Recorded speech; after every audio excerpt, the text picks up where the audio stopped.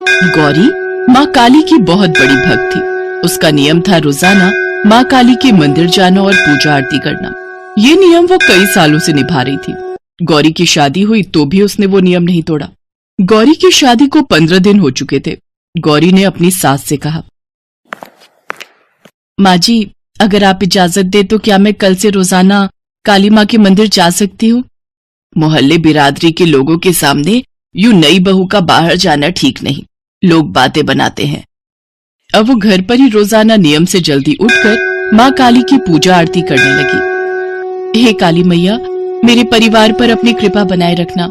मेरे पति की हर संकट से रक्षा करना माँ। उधर जैसे ही सुनील सड़क पार करने लगा, एक कार तेजी से उसके बराबर से निकली। अरे अंधा है क्या? दिखाई नहीं देता? सारा नशा ही उतर गया।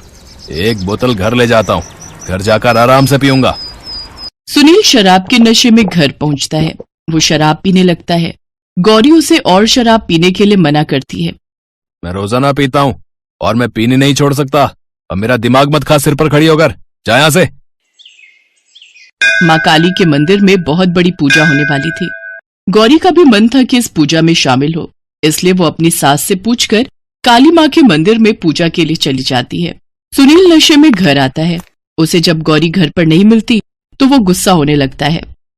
अरे क्यों इतना गुस्से में आ रहा है? मुझे बोल कर गई है आ जाएगी अभी। नहीं माँ, ये गौरी ने रोज का तमाशा बना रखा है। ये मंदिर और पूजा के बहाने न जाने कहाँ घूमने और किससे मिलने जाती है। मैं आज इसकी पूजा पाठ निकाल कर ही रहूंगा। मैं गौरी को घर लेकर आता हूँ। इधर सुनील गुस्से में उसे लेने के लिए जाता है। सुनील नशे में बाइक चला रहा था। अचानक वो सामने से आकर कार को नहीं देख पाता और उसका एक्सीडेंट हो जाता है। यमराज सुनील की आत्मा को अपने साथ यमपुरी लेकर पहुंचे। सुनील की आत्मा अपने आप को यमपुरी में देखकर घबरा गई। मैं यहाँ क्या कर रहा हूँ? आप कौन है? हे मानव, अब तुम मर चुके हो। तुम आत्मा में बदल गए हो। तुम्हारी आयु पूरी हो चुकी है, इसलिए तुम अब यहीं रहोगे एक आत्मा बनकर। नहीं, मैं ऐसे नहीं मर सकता। मैं ऐसे कैसे मर सकता हूँ? तभी वहाँ माँ काली आती हैं। प्रणाम देवी माँ, आप और यमपुरी में? मेरी भक्त गौरी आज मेरे मंदिर में सुनील की रक्षा की प्रार्थना कर रही है। वो मुझसे सदा सुहागन रहने का आशीर्वाद पहले ही प्राप्त कर चुकी है, क्योंकि उसने मेरी हमेशा से ही बहुत पूजा और सेवा की है। उसकी भक्ति से प्रसन्न होकर मैंने उसके ऊपर सदैव सुहागन रहने का आशीर्वाद बनाया हुआ है। और आप तो जानते ही हैं, जो सुहागन स्त्रियां मेरी पूजा सच्चे मन से करती हैं, मैं उनके सुहाग की सदैव रक्षा करती हूँ। पर लगता है सुनील ने अवश्य ही कोई गलती की है, जिसके कारण वो मृत्यु को प्राप्त हुआ है। पर देवी मैया के आशीर्वाद से गौरी का भाग्य भी सुनील के भाग्य के साथ जुड़ गया। परंतु सुनील ने अपनी ही गलती से अपने आप को मृत्यु तक पहुंचा दिया। मुझसे बहुत बड़ी भूल हो गई देवी मैया। मुझे वापस अपनी पत्नी के पास जाना है। हे यमराज, मेरी भक्त गौरी सुबह से ही भूखी प्यासी मंदिर में मेरी पूजा अर्चना कर रही है, इसलिए मैं अपनी भक्त के सुहाग को पुनः जीवन दान दे रही हूँ। मैं जानती हूँ मेरे इस निर्णय से आप भी सहमत होंगे। हे देवी माँ, आपकी तो शक्ति अपार है। सुनील, आज तुम अपनी पत्नी गौरी के कारण ही पुनः जीवन को प्राप्त कर रहे हो, क्योंकि माँ काली का आशीर्वाद तुम्हारी पत्नी के ऊपर है, जिसका सारा श्रेय तुम्हारी पत्नी गौरी को जाता है। वो देखो, तुम्हारी पत्नी को तुम्हारे एक्सीडेंट के बारे में पता चला तो वो दौड़ती हुई हॉस्पिटल पहुंची है और माँ काली को याद करके तुम्हारे जीवन की सुरक्षा की प्रार्थना कर रही है। गौरी सुनील से लिपट लिपट कर माँ काली को याद कर रही है। सुनील की आत्मा की आंखों में आंसू थे। उसकी आत्मा माँ काली और यमराज जी को धन्यवाद कहकर अपने शरीर में वापस लौट आती है। सुनील की आंखें खुलती हैं। वो सब कुछ भूल चुका था जो कुछ देर पहले यमपुरी में हुआ था, पर उसके अंदर नया बदलाव था। अपने पति को जीवित देखकर गौरी की खुशी का ठिकाना नहीं था। कुछ दिन बाद सुनील बिल्कुल ठीक हो जाता है। गौरी, न जाने आज माँ काली के मंदिर जाने की बहुत इच्छा हो रही है।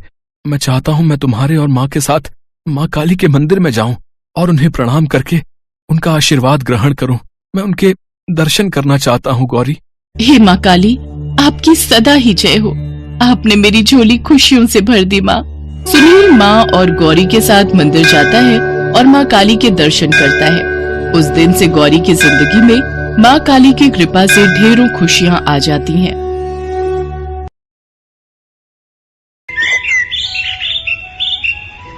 सुंदर नगर में हरिलाल नाम का एक व्यापारी रहता था।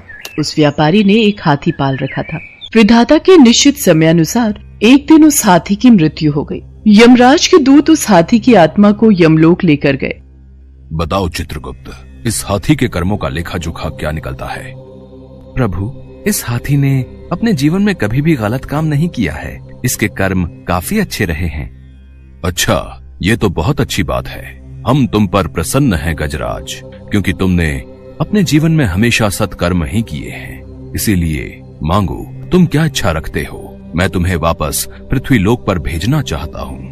यमराज जी, यदि आप मेरे ऊपर प्रसन्न हैं और मेरा दूसरा जन्म होना है तो मुझे किसी भी जीव योनि में जन्म दे दीजिए, पर मेरे ऊपर किसी भी मनुष्य का अधिकार न रहे। मैं मनुष्य के बंधन में न रहूं, क्योंकि मनुष्य के साथ रहना सबसे कठिन कार्य होता है।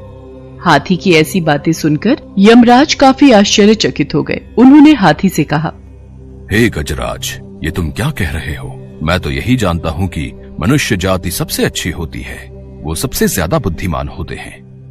यही तो परेशानी है यमराज जी, कि मनुष्य सबसे ज्यादा बुद्धिमान होते हैं। लगता है आप मनुष्य की सच्चाई नहीं जानते, आपको उनके बारे में कोई जानकारी नहीं है।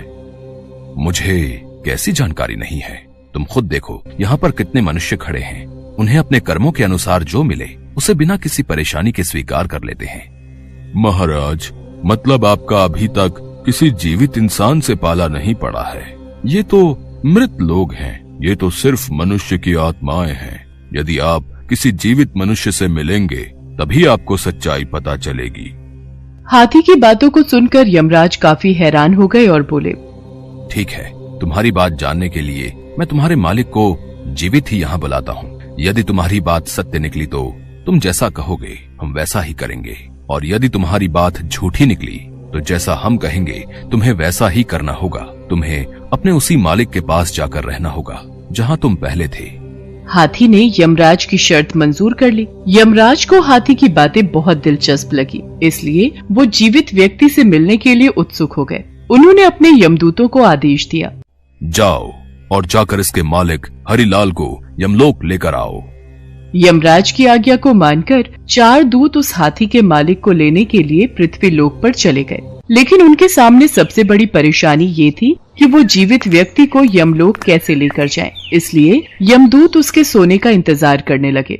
जब हरिलाल सो गया तो चारों दूतों ने उसे पलंग सहित उठा लिया और यमलोक की तरफ बढ़ने लगे। बीच में ही हरिलाल की नींद खुल गई। उसने देखा कि मैं तो आकाश में हूँ, और नीचे देखा तो जमीन ही गायब थी। तब हरिलाल ने यमदूतों से पूछा, तुम कौन हो और मुझे कहाँ लेकर जा रहे हो भाई? हम यमदूत हैं और तुम्हें यमलोक यमराज के पास ले जा रहे हैं। यमलोक तो लोग मृत्यु के बाद जाते हैं, लेकिन मैं तो जिंदा हूँ। आज वहाँ पर जीवित व्यक्ति की ही जरूरत है, इसीलिए हम तुम्हें यमलोक लेकर चल रहे हैं। एक हाथी का कहना है कि तुम उसके मालिक हो, इसलिए यमराज जी ने तुम्हें यमलोक बुलाया है। अब वो खुद मर गया तो उसने मुझे भी ऊपर बुला लिया। परेशान हरिलाल ने तरकीब लगाने की सोची ताकि उसका जीवन सुरक्षित रहे। हरिलाल बचने का उपाय सोचता रहा। तभी उसकी नजर अपने पलंग के ऊपर रखे कागज और कलम पर गई। उसने कागज और कलम उठाया और उस पर कुछ लिखा। थोड़ी देर में वो यमलोक पहुंच गया। हरिलाल को देखकर यमराज जी जोर जोर से हंसने लगे। ये देखो, तुम्हारा मालिक आ गया।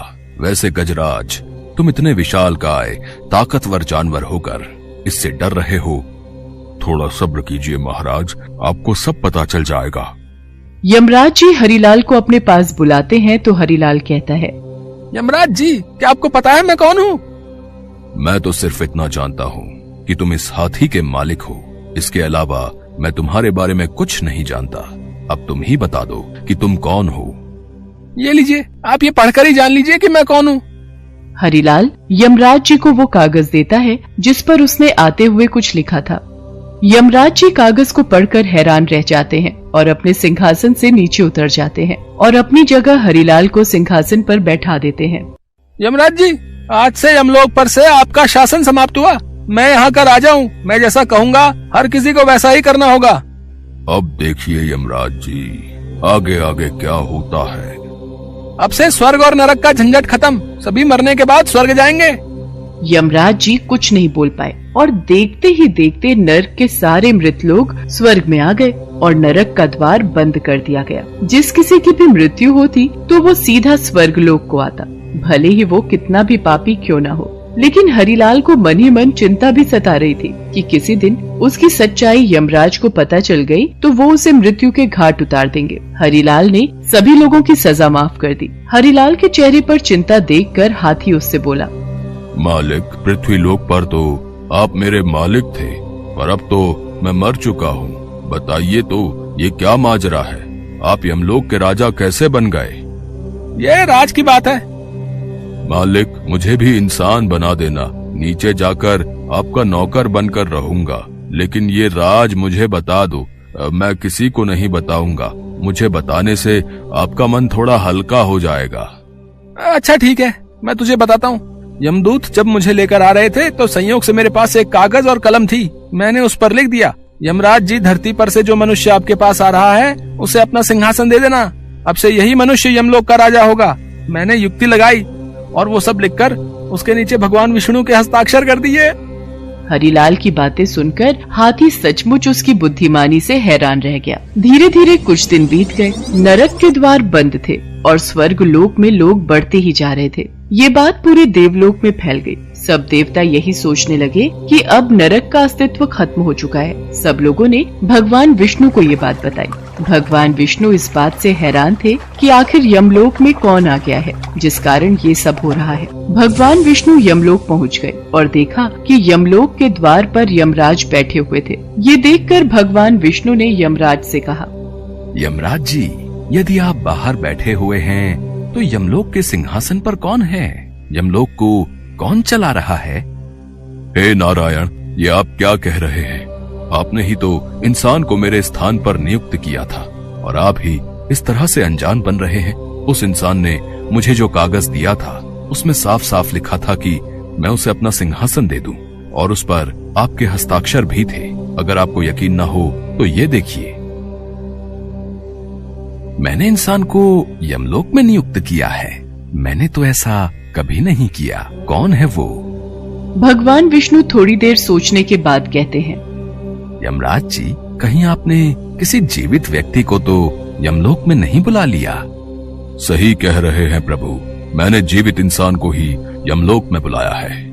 यमराज जी ने शुरू से लेकर अब तक की सारी बात भगवान विष्णु को बताई। यमराज जी की बातों को सुनने के बाद भगवान विष्णु को हंसी आ गई और वो मुस्कुराने लगे। यमराज जी, आप अभी भी नहीं समझ पाए। उस मनुष्य ने आपको झूठा पत्र दिया था। उस पर मेरे नहीं बल्कि उसके खुद के हस्ताक्षर थे जो उसने मेरे नाम से किए थे। अगर वो ऐसा ना करता तो आप उसे विद्वान नहीं समझते और आपको उसकी होशियारी का अंदाजा कैसे लगता?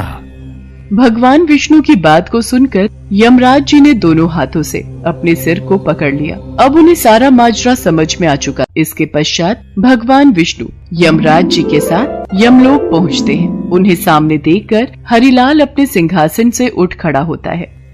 हे प्रभु, मुझे तो आपका ही इंतजार था। मैं कब से यही सोच रहा था कि कब आपके दर्शन होंगे और मुझे इस कार्य से मुक्ति मिलेगी। तुम बहुत चालाक हो हरिलाल। देखा यमराज जी, जीवित व्यक्ति को यमलोक बुलाने का क्या परिणाम हुआ।